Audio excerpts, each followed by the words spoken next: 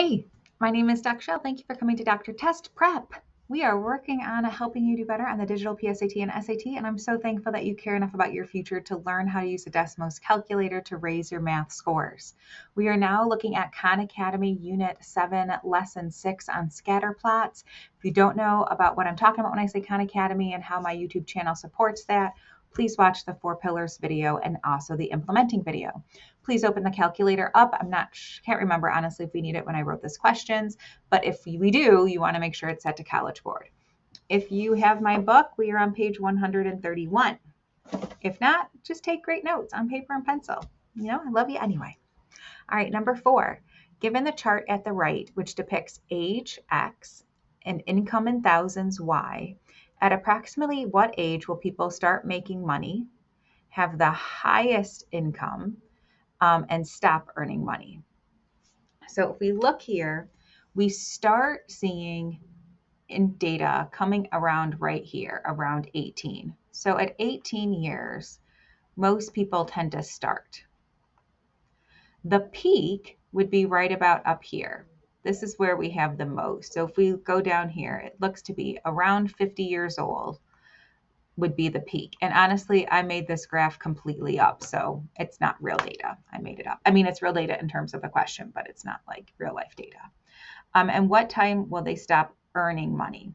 Well, that would be right here is where a data set kind of ends. So right around about 80 years is where they would stop. Now, that's just pretty much it. Obviously, when you take the test, it most likely will be a multiple choice question because there's no way it could be a student response. And it would be much more clear what they're looking for. All right, number 5.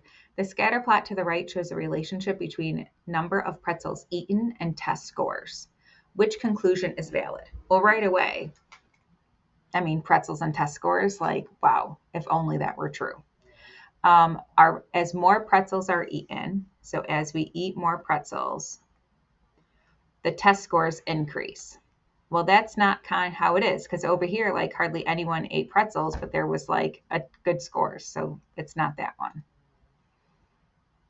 Let's see if it's going to let me erase it. Sometimes my computer has been a little feisty. All right, let's take a look at the next one. You probably have already read the answer choices and are like, Doc, I know it's D. It's a no correlation graph, which it is, but let's just keep going and looking. All right, the less pretzels are eaten, the lower the test scores. Well, no, because that would again be a graph like this, and we have all these points up here. Students who earn 100 do not eat pretzels. Well, that's definitely not going to be it either, because first of all, we do have an example of someone who ate 100 and they have a value. I'm not going to keep playing with that, but this is just a data set, so we can't say that. But we can tell that because there's dots all over, high, low, like tons of dots, there is no relationship. Okay, it doesn't follow a pattern of going up or going down. Like if we can see number 4, it's very clearly, it follows a quadratic pattern, a parabola pattern. If we look at number 6, we can tell that it has kind of like that positive correlation going on. So in this case, there's no relationship. Like no matter how many pretzels you eat, pretzels alone are not going to make you smarter. But if you eat pretzels while watching the Dr. Test Prep YouTube channel and learn how to use a Desmos calculator, that could be a different story. I'm just saying.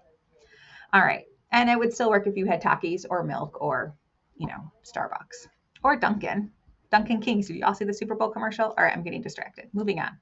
Given the scatter plot to the right that depicts the number of people in the household and monthly grocery bill, what is the approximate cost for a family of 5? So this is where we kind of want to draw as much of a straight line as we can to have an equal number of things on top and bottom. But obviously my tool is being a little bit cranky. So I'm going to go up and that line moved down. So I would say 1,400 would be the one that makes the most sense, even though my picture doesn't match because my drawing tool is, has a mind of its own. But 1,400 makes the most sense because that line, let's see if it'll let me drag it up. This line should be a little bit higher, which means when I lift this up, you'll see that 1,400 makes sense. Okay, so Even though I want you to watch all my videos and like and all that kind of fun stuff, I really care about you more doing better on your SAT. So before you watch any more videos, please go back to Khan Academy and do the practice questions for Unit 7, Lesson 6. And let's see if we can get those oranges turned to purples. If you don't know what I'm talking about, watch the Khan video. After you do that, you can definitely please come on back and we're going to be talking about linear and exponential growth. Bye, guys.